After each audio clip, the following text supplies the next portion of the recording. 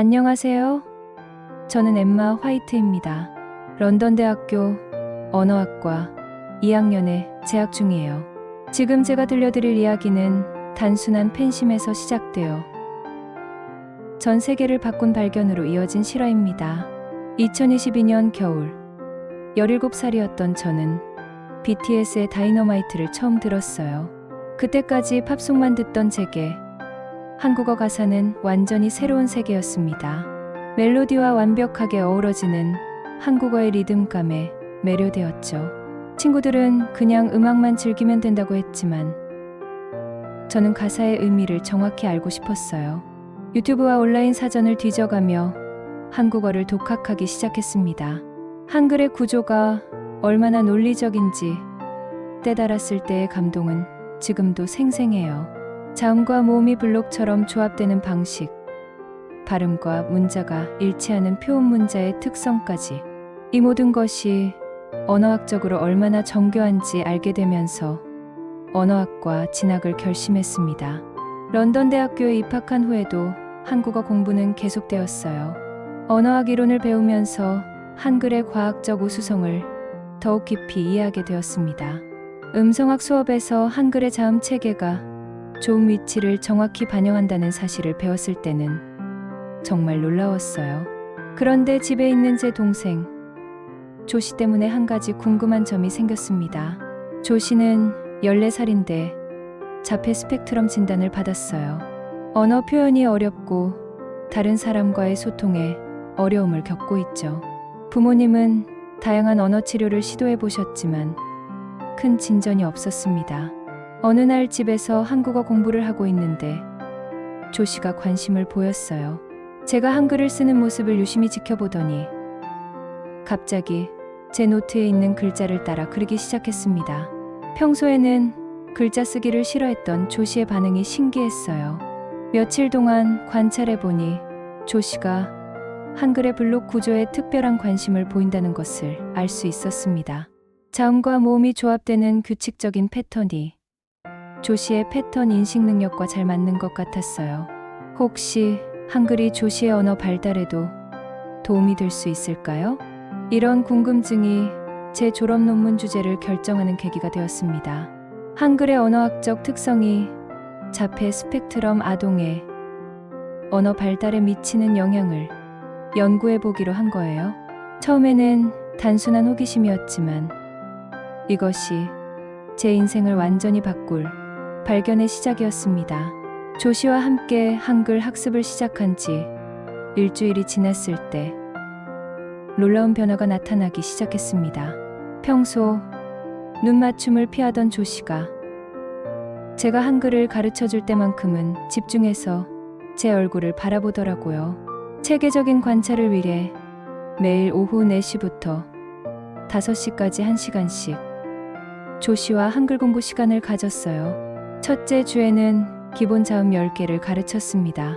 기역, 니은, 기긋, 리을, 미음, 기읍, 시옷, 이응, 지읒, 히읗의 모양과 소리를 반복 학습했죠. 조씨의 반응을 자세히 기록해보니 흥미로운 패턴이 보였어요. 영어 알파벳을 가르칠 때는 주의 집중 시간이 평균 3분에서 5분 정도였는데 한글 자음을 배울 때는 10분에서 15분까지 집중할 수 있었습니다.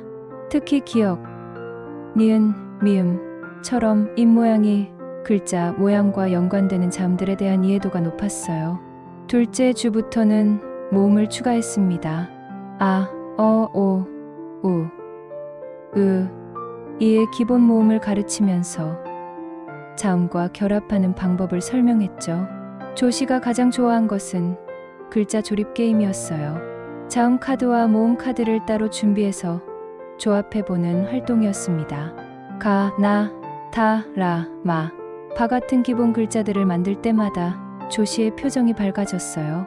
마치 퍼즐을 맞추는 것처럼 즐거워했습니다. 평소 반복적인 행동을 좋아하는 조씨의 특성과 한글의 규칙적인 조합 체계가 잘 맞아떨어졌던 것 같아요. 셋째 주에는 더욱 놀라운 일이 일어났습니다. 조씨가 처음으로 한글로 자신의 이름을 써보겠다고 했어요. 영어로는 쓰기 어려워했던 이름을 한글로는 조시라고 비교적 쉽게 썼습니다. 물론 글자 모양이 완벽하지는 않았지만 자발적으로 쓰기를 시도했다는 점이 의미가 컸어요. 음성학적 관점에서도 흥미로운 변화가 있었습니다. 한글 발음 연습을 하면서 조시의 좋은 명확도가 향상되었어요. 특히 기역, 디귿, 비읍 같은 폐쇄음을 발음할 때 혀와 입술의 위치를 정확히 인식하게 되었습니다. 이는 한글의 자음이 좋은 기관의 모양을 반영해서 만들어졌기 때문인 것 같았어요. 넷째 주말에는 조시와 간단한 대화도 가능해졌습니다.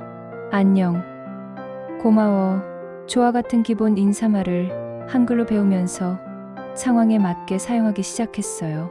영어로는 표현하기 어려워했던 감정을 한글로는 더 자연스럽게 드러냈습니다. 이 모든 변화를 지켜본 부모님도 놀라워하셨어요. 특히 어머니는 조시가 이렇게 적극적으로 언어 학습에 참여하는 모습을 처음 본다고 하셨습니다. 그동안 시도해봤던 여러 언어 치료법들과는 확연히 다른 반응이었죠. 한 달간의 실험 결과를 정리하면서 저는 확신하게 되었습니다. 한글의 체계적이고 규칙적인 구조가 자폐 스펙트럼 아동의 언어 발달에 긍정적인 영향을 미칠 수 있다는 것을요.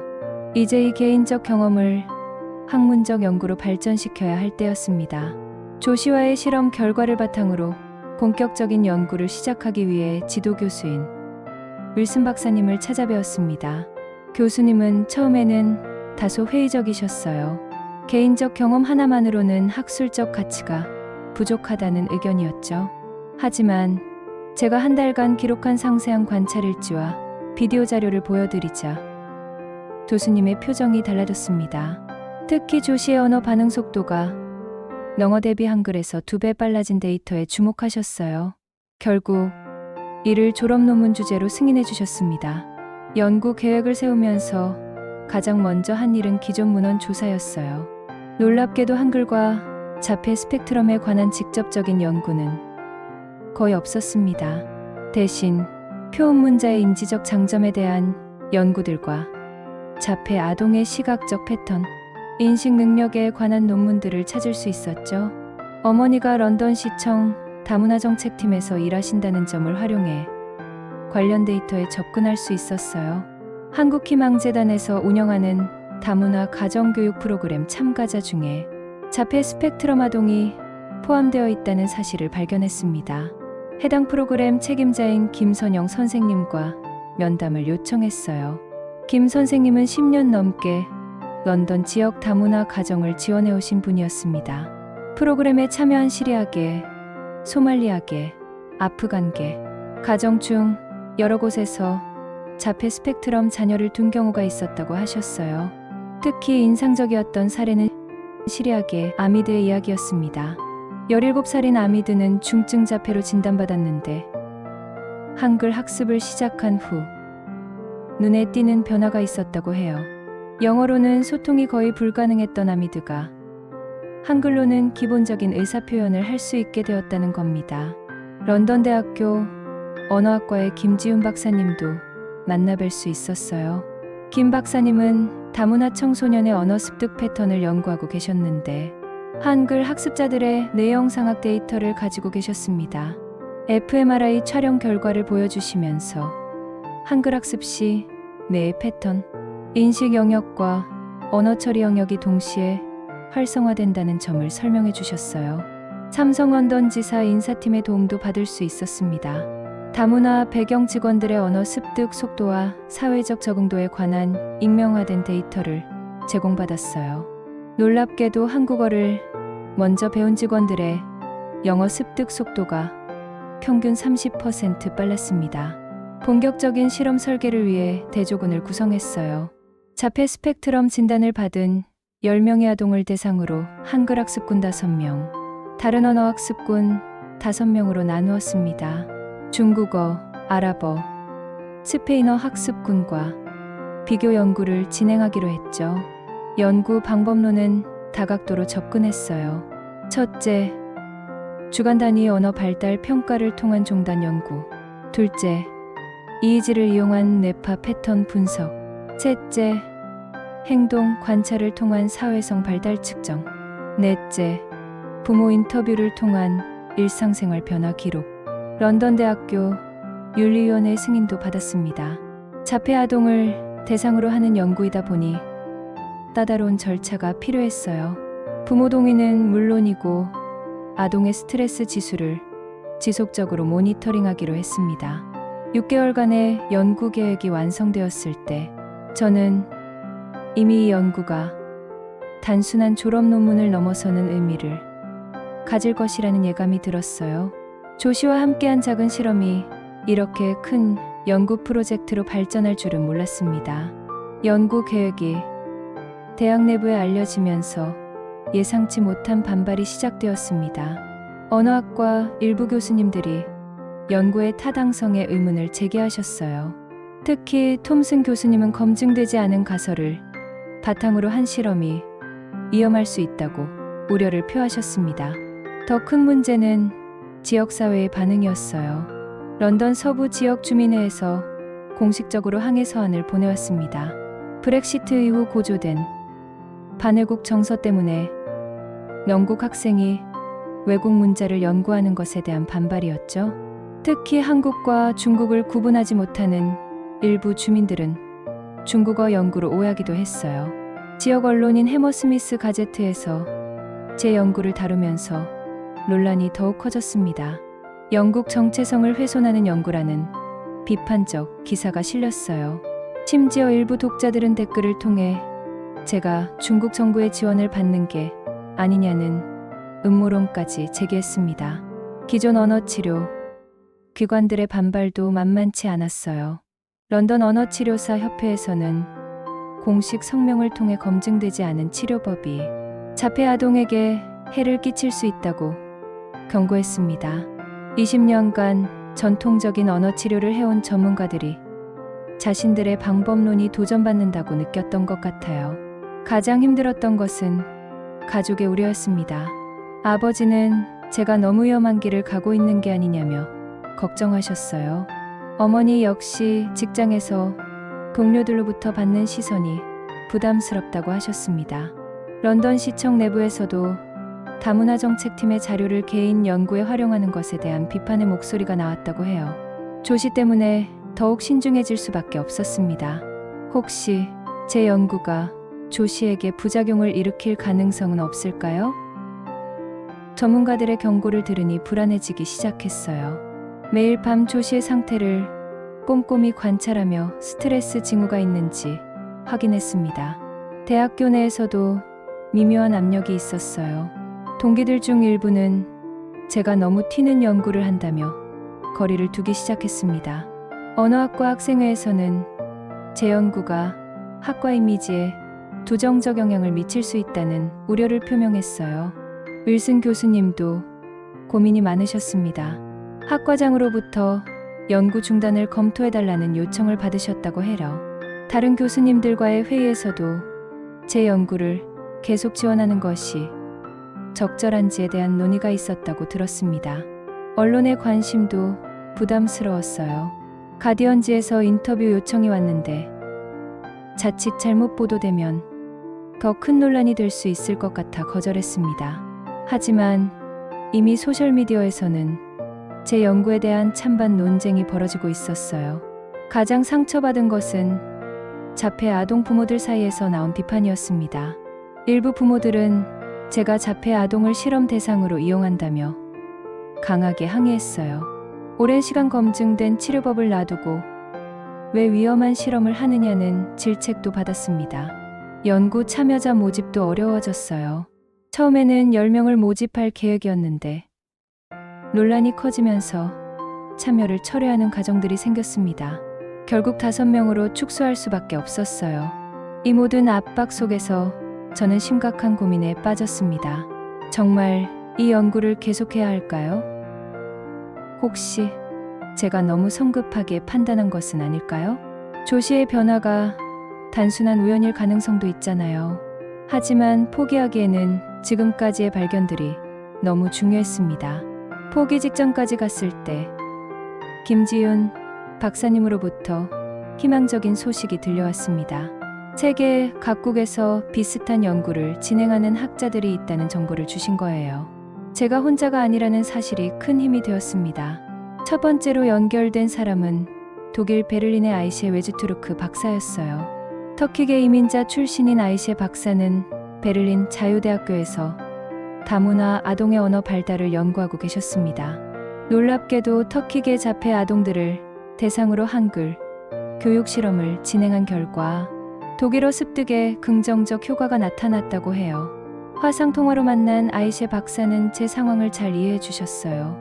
독일에서도 비슷한 반발을 경험하셨다고 하더라고요. 특히 터키계라는 이유로 더욱 큰 편견에 부딪혔다고 하셨습니다.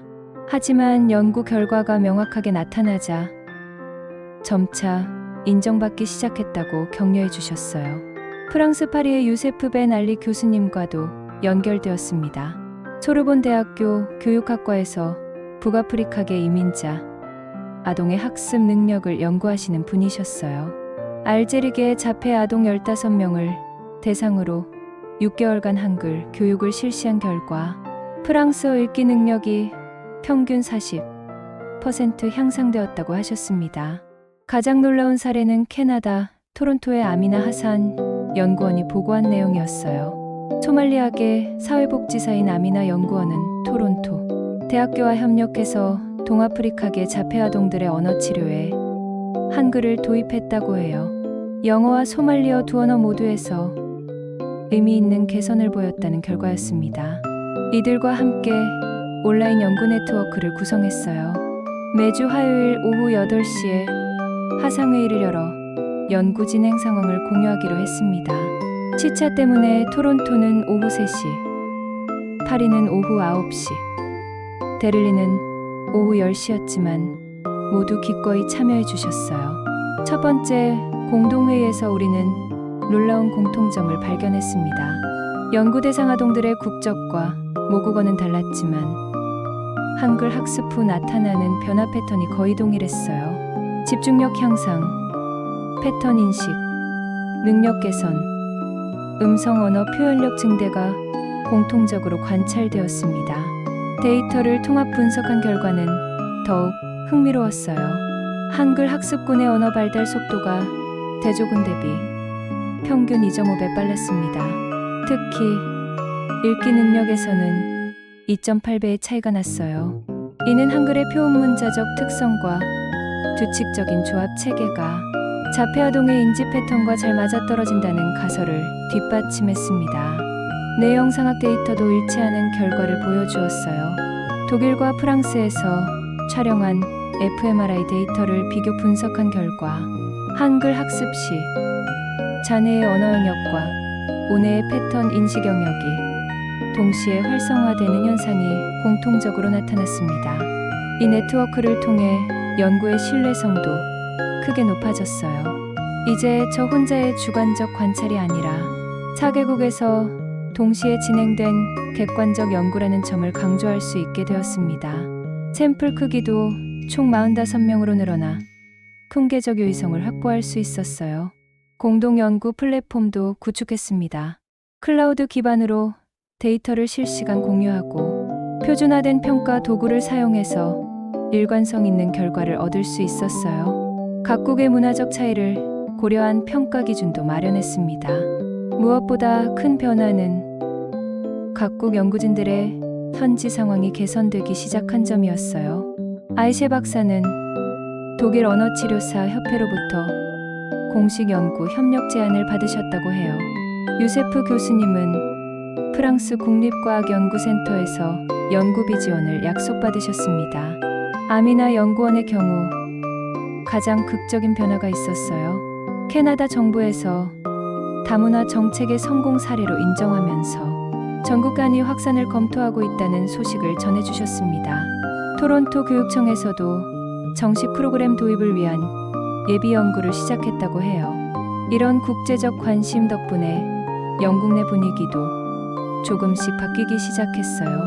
윌슨 교수님은 다른 교수님들께 해외 연구진과의 협력 상황을 보고하시면서 연구의 가치를 재평가해달라고 요청하셨습니다.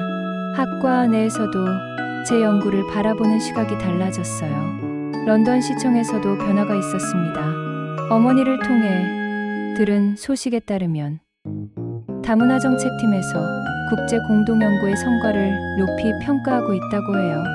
오히려 런던이 이런 혁신적 연구의 중심지 역할을 한다는 점을 자랑스러워하는 분위기라고 하셨습니다. 무엇보다 조 씨의 지속적인 개선이 가족들을 안심시켰어요. 국제 연구진들과 공유한 평가 도구로 조 씨의 진전을 객관적으로 측정한 결과 모든 영역에서 의미 있는 향상을 보이고 있었습니다. 부모님도 이제 제 연구를 적극 지지해 주시게 되었어요. 국제 공동 연구가 본격화된 지 3개월이 지났을 때 우리는 충분한 데이터를 확보할 수 있었습니다. 4개국 45명의 자폐 스펙트럼 아동을 대상으로 한 연구 결과는 우리의 예상을 뛰어넘었어요. 가장 주목할 만한 결과는 언어 처리 속도의 변화였습니다.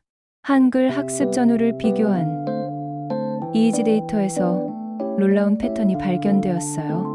언어 자극에 대한 뇌의 반응 시간이 평균 0.3초에서 0.1초로 단축되었습니다. 이는 뇌 언어 처리 효율성이 크게 개선되었음을 의미했어요. fMRI 촬영 결과도 흥미로웠습니다. 한글 학습 후 좌뇌의 브로카 영역과 데르니케 영역의 활성도가 증가했을 뿐만 아니라 우뇌의 시각공간 처리 영역도 함께 활성화되는 것을 확인할 수 있었어요. 이는 한글의 시각적 구조가 뇌의 다양한 영역을 동시에 자극한다는 것을 보여주었습니다. 행동 관찰 데이터에서는 더욱 실질적인 변화들이 나타났어요. 아이 컨택 지속 시간이 평균 3초에서 12초로 증가했습니다. 자발적 언어 표현 빈도도 하루 평균 5번에서 16번으로 늘어났어요. 반복 행동의 강도는 오히려 감소하는 경향을 보였습니다.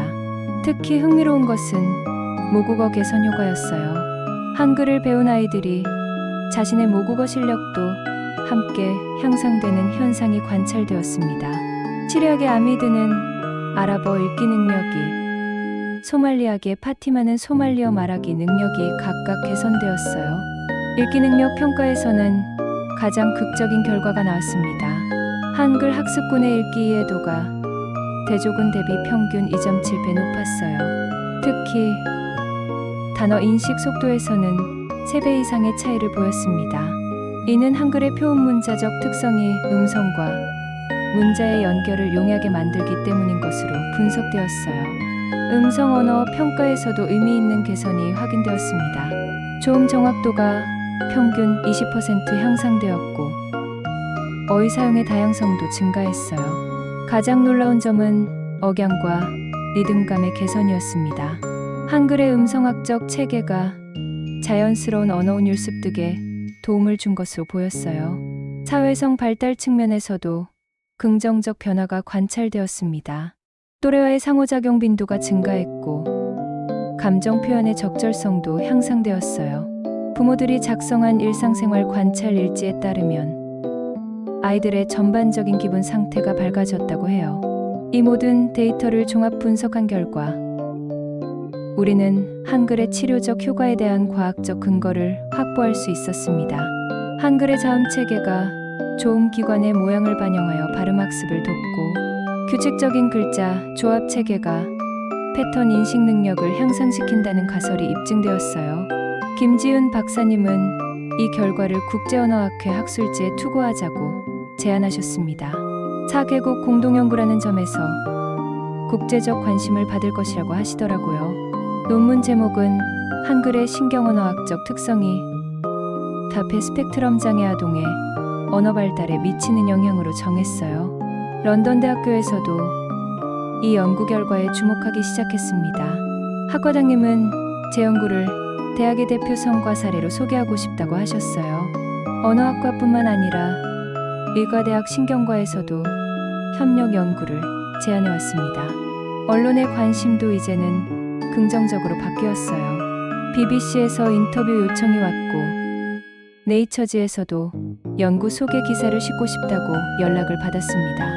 이제 더 이상 숨어서 연구할 필요가 없어졌어요. 하지만 가장 의미 있는 변화는 조 씨에게서 일어났습니다. 한글 학습을 시작한 지 6개월이 지난 지금 조 씨는 간단한 일기를 한글로 쓸 수 있게 되었어요. 오늘 기분이 어땠는지, 무엇을 했는지를 자발적으로 표현하기 시작했습니다. 이는 자폐 아동에게는 매우 드문 일이에요. 우리의 연구 결과가 학술지에 발표된 후 예상치 못한 연쇄 반응이 일어나기 시작했습니다. 가장 먼저 움직인 것은 유엔 교육과학문화기구였어요. 파리 본부에서 공식 서한을 보내 우리 연구에 대한 지원 의사를 밝혔습니다. 유니세프에서도 관심을 보였어요. 전 세계 자폐 스펙트럼 아동의 교육, 격차 해소를 위한 새로운 방법론으로 한글 교육을 검토하고 있다는 소식을 전해왔습니다. 특히 개발도상국에서 접근 가능한 교육국으로서의 가능성을 주목하고 있다고 해요. 영국 내에서도 큰 변화가 있었습니다. 국민보건서비스에서 한글 기반 언어치료 프로그램의 시범 운영을 검토하기 시작했어요. 런던 킹스 칼리지 병원에서는 신경발달 클리닉에 우리 프로그램을 도입하고 싶다는 의향을 밝혔습니다. 하지만 가장 의미 있는 변화는 현장에서 일어났어요. 토트넘 커뮤니티 센터의 아미드가 다른 자폐 아동들을 가르치기 시작한 겁니다. 처음에는 자신의 동생을 도우려는 마음에서 시작했는데 점차 주변 아이들이 모여들기 시작했어요. 아미드의 작은 교실은 금세 또래 교육 네트워크로 발전했습니다. 17살인 아미드가 선생님이 되어 5명의 어린 아이들에게 한글을 가르치는 모습은 정말 감동적이었어요. 전문 교육을 받지 않았음에도 불구하고 아이들의 특성을 잘 파악해서 맞춤형 교육을 하더라고요. 이 소식이 알려지자 런던 전역에서 비슷한 움직임이 시작되었어요. 브릭스턴, 뉴햄, 하키시 등 다문화 인구가 많은 지역에서 자발적인 한글 교육 모임이 생겨났습니다. 대부분 우리 연구에 참여했던 아이들의 형제자매나 친구들이 주도했어요. 베를린의 아이시의 박사로부터도 비슷한 소식이 들려왔습니다. 독일에서는 터키계 커뮤니티를 중심으로 한글 학습 동아리가 확산되고 있다고 해요. 특히 자폐 아동을 둔 부모들 사이에서 입소문을 타고 퍼지고 있다고 하셨습니다. 프랑스의 유세프 교수님은 더욱 체계적인 접근을 하고 계셨어요. 소르본 대학교와 파리시 교육청이 협력해서 공립학교에 한글 교육 프로그램을 시범 도입하기로 했다는 소식을 전해주셨습니다. 북아프리카계 학생들의 학습 능력 향상이 목표라고 해요. 캐나다의 아미나 연구원은 가장 큰 성과를 거두고 있었어요. 토론토 교육청에서 정식으로 한글 기반 특수교육 프로그램을 승인했다는 겁니다. 내년부터 10개 학교에서 시범 운영한 후 점차 확대할 예정이라고 하셨어요. 놀라운 것은 이 모든 변화가 정부나 기관의 주도가 아니라 현장에서 자발적으로 일어나고 있다는 점이었어요. 아이들과 부모들이 직접 경험한 효과를 바탕으로 스스로 확산시키고 있었습니다. 조 씨의 변화도 계속되고 있었어요. 이제는 한글로 짧은 편지를 쓸 수 있게 되었습니다. 며칠 전에는 저에게 고마워요 누나라고 쓴 쪽지를 건네주었어요. 그 순간 지난 1년간의 모든 어려움이 보상받는 느낌이었습니다. 학교에서도 조 씨에 대한 평가가 달라졌어요. 담임 선생님은 조 씨의 수업 참여도와 또래와의 상호작용이 눈에 띄게 개선되었다고 하시더라고요. 특히 읽기 수업에서 자신감을 보이기 시작했다는 말씀을 해주셨습니다. 부모님도 이제는 제 연구를 자랑스러워하세요. 어머니는 런던 시청 동료들에게 저희 가족의 이야기를 자주 들려주신다고 해요. 아버지도 친구들 모임에서 조 씨의 변화를 자랑하신다고 하셨습니다. 언론의 관심도 지속되고 있어요. BBC 다큐멘터리 팀에서 우리 가족과 연구 과정을 담은 프로그램을 제작하고 싶다고 제안했습니다. 세계 각국의 연구진들과 아이들의 이야기를 함께 다루는 국제 다큐멘터리가 될 예정이에요. 하지만 무엇보다 의미 있는 것은 아이들의 미소였습니다. 한글을 통해 자신을 표현할 수 있게 된 아이들의 밝은 표정을 볼 때마다 이 연구가 단순한 학술적 성과를 넘어서는 가치를 지니고 있다는 것을 느꼈어요. 오늘은 런던 로열 인스티튜션에서 열리는 언어와 인간 컨퍼런스에서 기조연설을 하는 날입니다. 1년 전만 해도 상상할 수 없었던 일이에요. 케이팝을 좋아하는 평범한 학생에서 국제적으로 주목받는 연구자가 되었다니 아직도 믿기지 않습니다. 강연장에 들어서니 500명이 넘는 청중이 저를 기다리고 있었어요. 언어학자, 특수교육 전문가, 의료진, 그리고 자폐 아동을 둔 부모들까지 다양한 분들이 참석하셨습니다. 첫 번째 줄에는 조 씨가 부모님과 함께 앉아 있었어요. 연단에 올라서서 마이크를 잡고 말했습니다. 안녕하세요. 저는 엠마 화이트입니다. 런던 대학교 언어학과 3학년에 재학 중이며 오늘 여러분께 특별한 이야기를 들려드리고자 합니다. 이 모든 것은 2년 전 BTS의 음악에 빠지면서 시작되었어요. 단순한 팬심이 한국어 학습으로 다시 언어학 연구로 이어졌습니다. 그리고 자폐 스펙트럼인 제 동생 조 씨를 보면서 문득 든 생각이 오늘의 발견으로 연결되었죠. 청중들에게 지난 1년간의 연구 여정을 자세히 설명했어요. 조 씨와의 첫 실험부터 국제 공동 연구까지, 그리고 그 과정에서 마주한 어려움들과 예상치 못한 발견들을 솔직하게 들려드렸습니다. 한글은 단순한 문자가 아닙니다. 세종대왕이 600년 전에 창제한 이 글자는 현대의 자폐 스펙트럼 아동들에게 새로운 소통의 문을 열어주고 있어요. 표현문자의 과학적 체계와 규칙적인 조합 구조가 매 언어 처리 메커니즘을 효과적으로 자극한다는 것을 우리가 증명했습니다. 청중석에서 독일의 아이시에 박사, 프랑스의 유세프 교수, 캐나다의 아미나 연구원이 화상으로 참여해 주셨어요. 각자의 연구 성과를 발표하며 한글 교육의 글로벌 확산 현황을 보고했습니다. 이제 12개국에서 비슷한 연구가 진행되고 있다고 해요. 특별 게스트로 토트넘의 아미드도 무대에 올랐습니다. 그는 한글로 준비한 짧은 연설을 통해 자신의 경험을 나누었어요. 한글을 배우기 전에는 다른 사람들과 소통하는 것이 두려웠지만 이제는 자신감을 가지고 다른 아이들을 가르치고 있다고 했습니다. 청중들 사이에는 전 세계에서 온 자폐 아동들과 부모들이 앉아 있었어요. 그들이 들고 있는 피켓에는 각자의 언어와 함께 한글로도 희망의 메시지가 적혀 있었습니다. 고마워요, 사랑해요, 꿈꿔요 같은 단어들이 여러 나라 문자와 함께 쓰여 있는 모습이 정말 아름다웠어요. 연설 도중 조 씨가 일어나서 한글로 쓴 큰 종이를 들어 보였습니다. 누나 고마워요, 언제나 사랑해요라고 적혀 있었어요. 그 순간 제 눈에서 눈물이 흘러내렸습니다. 청중들도 모두 기립박수를 보내주셨어요. 옥스퍼드 대학교에서 박사과정 조기 입학 제안을 받았지만 1년 유예하기로 결정했다고 발표했습니다.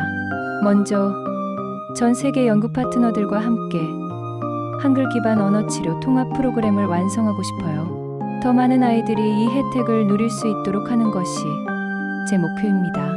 유엔교육과학문화기구에서 제안한 글로벌 프로젝트에도 참여하기로 했어요. 내년부터 아프리카와 남미의 개발도상국에서 한글 기반 특수교육 프로그램을 시범 운영할 예정입니다. 언어의 장벽을 넘어 모든 아이들이 소통의 기쁨을 누릴 수 있도록 하는 것이 우리의 꿈이에요. 연설을 마치며 청중들에게 말했습니다. 언어는 단순한 소통 도구가 아닙니다. 그것은 인간의 존재를 확인하고 세상과 연결되는 다리예요.